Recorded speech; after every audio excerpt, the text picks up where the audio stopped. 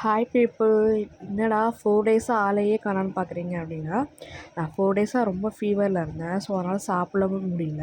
And பாப்பாவோட birthday இருந்தனால அதை செலிப்ரேட் பண்ணுறதுக்காக நான் கொஞ்சம் அதிகமாக சாப்பிட்டேன். ஸோ அது மீந்துச்சுன்னு சொல்லிட்டு நெக்ஸ்ட் டேவும் அதை வச்சு நான் சாப்பிட்டனால ஸோ கொஞ்சம் ஃபீவரிஸாகவே இருந்துச்சு. ஃபுல்லாகவே அந்த வீக் 4 டேஸாகவே எனக்கு அப்படி தான் இருந்துச்சு. 72 கிட்டே இருந்து 73 கிட்டே அப்படியே மாறிட்டேன் டோட்டலாக. என்ன பண்ணுறதுனே தெரியல. சரி, ஓகே, இதுக்கப்புறமாவது கரெக்டாக இருக்கணும்னு நினச்சிட்ருக்கேன் நான். மார்னிங் பார்த்தீங்க அப்படின்னா சொரக்காய் ஜூஸ் தான் ஆக்சுவலாக நான் காலைல குடித்தேன்.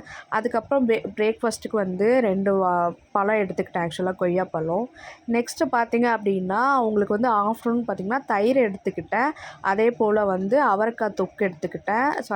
அவரைக்காய் பொரியல் அண்டு வந்து தக்காளி தொக்கு, மிளகா போட்டு கொஞ்சம் காரமாக இருக்கும். பட் ரொம்ப ரொம்ப சூப்பராக இருக்குங்க. நீங்களும் ட்ரை பண்ணி பாருங்கள். நான் நெக்ஸ்ட் வீடியோவில் முடிஞ்சால் நான் ட்ரை பண்ணி போடுறேன்.